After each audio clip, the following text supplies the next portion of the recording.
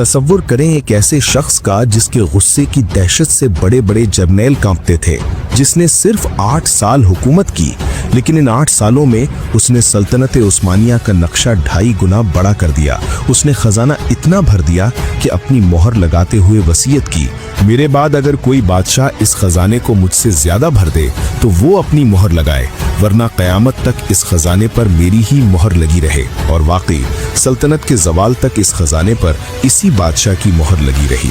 ये दास्तान है तारीख के सबसे खौफनाक, तेज तरीन और जाहो जलाल वाले बादशाह सुल्तान सलीम अव्वल की, जिसे दुनिया आज तक यावूज यानी जालिम, सख्त गिर या हैबतनाक के नाम से जानती है। सुल्तान सलीम ने देखा कि उनके वालिद यानी सुल्तान बायजीद सानी की नरमी की वजह से सल्तनत बिखर रही है और दुश्मन सर उठा रहे हैं। सलीम ने यनीचरी फौज की मदद से अपने ही बाप को तख्त से उतारा और खुद बादशाह बन गया।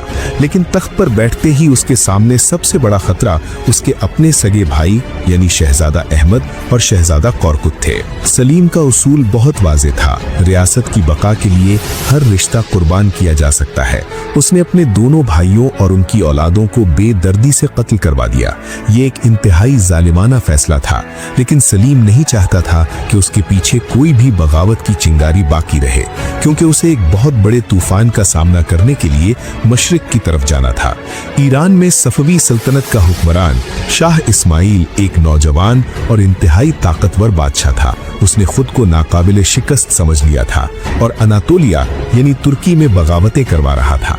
शाह इस्माइल ने सलीम का मजाक उड़ाने के लिए उसे औरतों के कपड़े और एक पतरा भेजा। यावूज सलीम का खून खौल उठा। उसने एक अजीमुशान फौज तैयार की और ईरान की तरफ मार्च शुरू किया। ये कोई आम सफर नहीं था, सैकड़ों मील का दुश्वार गुजार पहाड़ी और सहराई रास्ता था।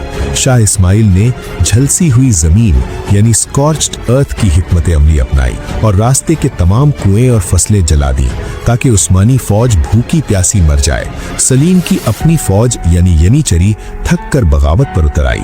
सिपाहियों ने सुल्तान के खैमे पर तीर बरसाए और वापस चलने का मुतालबा किया। सलीम अकेला अपने खैमे से बाहर निकला, घोड़े पर बैठा और गरज कर बोला, जो डरपोक हैं वो अपनी औरतों के पास वापस चले जाएं। मैं यहाँ अकेला लड़ने आया हूँ और मैं पीछे नहीं हटूंगा। इस हैबतनाक ललकार ने फौज में दोबारा जान डाल दी।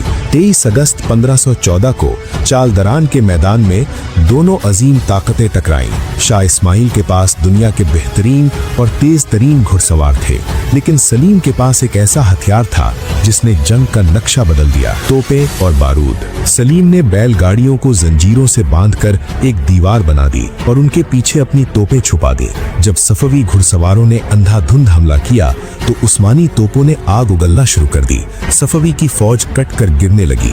शाह इस्माइल खुद जख्मी हुआ और मैदान छोड़कर इतनी तेजी से भागा कि अपनी सबसे प्यारी बीवी ताजलो बेगम और अपना सारा खजाना वहीं छोड़ गया। सलीम ने सफवियों के दारुल हिकायत तबरीज पर कब्जा कर लिया। मशरिक का गुरूर खाक में मिल चुका था। सलीम ने सिर्फ यूरोप की तरफ नहीं बल्कि इस्लामी दुनिया को एक झंडे के तले जमा करने पर तवज्जो दी।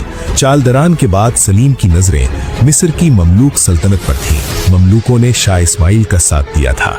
1516 में मर्ज दाबिक के मकाम पर सलीम ने ममलूक सुल्तान को शिकस्त दी और शाम फतह कर लिया। अब अगली मंजिल काहिरा यानी मिस्र थी, लेकिन मिस्र पहुंचने के लिए सहराए सीना को पार करना था। ये सहरा इतना खौफनाक था कि कहा जाता था कि यहाँ पर परिंदे पर मारे तो जल जाते हैं। तारीख में सिर्फ चंद जर्नैलों जैसे सिकंदर आजम ने ही इसे पार किया था।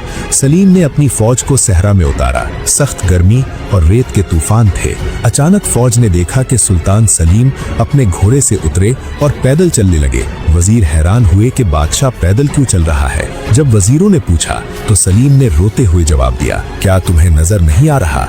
मेरे आगे आगे 2 आलम के सरदार हजरत मोहम्मद सल्लल्लाहु अलैहि वसल्लम पैदल चल रहे हैं। मैं उनकी मौजूदगी में घोड़े पर कैसे सवार हो सकता हूँ? ये अकीदत और जुनून था जिसने उस्मानी फौज को सिर्फ 13 दिन में वो मौत का सहरा पार करवा दिया। 1517 में रिदानिया की जंग में सलीम ने आखिरी ममलूक सुल्तान तोमान बे को शिकस्त दी और मिस्र फतह कर लिया। अब इस फतह के साथ ही एक तारीखी वाकया रोनमा हुआ।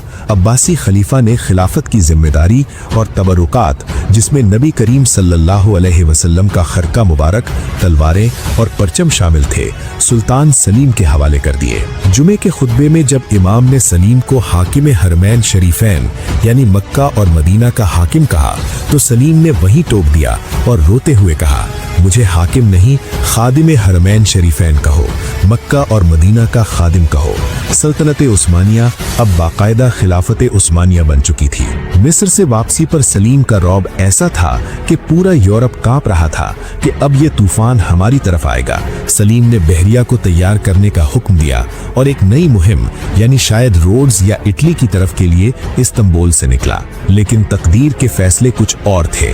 1520 में सुल्तान की पीठ पर एक छोटा सा फोड़ा निकल आया जिसे शेर पेंचे कहा जाता है। हकीमों ने कहा कि सुल्तान आराम करें और इसे मत छेड़ें, लेकिन सलीम तो याबूस था। उसने सख्ती से इसे निचोड़ने का हुक्म दिया। जहर पूरे जिस्म में फैल गया। वो बादशाह जिसके सामने दुनिया की बड़ी बड़ी फौजें रेत की दीवार साबित हुईं, वो एक छोटे से दाने से शिकस्त खा गया। 22 सितंबर 1520 को 50 साल से भी कम उम्र में सिर्फ 8 साल हुकूमत करने के बाद ये हैबतनाक शेर खालिक हकीकी से जा मिला। मरते वक्त उनके लबों पर सूरह यासीन की तिलावत थी। याबूस सुल्तान सलीम ने अपने बेटे सुलेमान के लिए एक ऐसी सल्तनत छोड़ी जिसमें कोई अंदरूनी बगावत नहीं थी। खजाना सोने से उबल रहा था और दुनिया की सबसे ताकतवर फौज थी। सलीम ने कांटे चुन लिए थे ताकि उनका बेटा फूलों पर चल सके।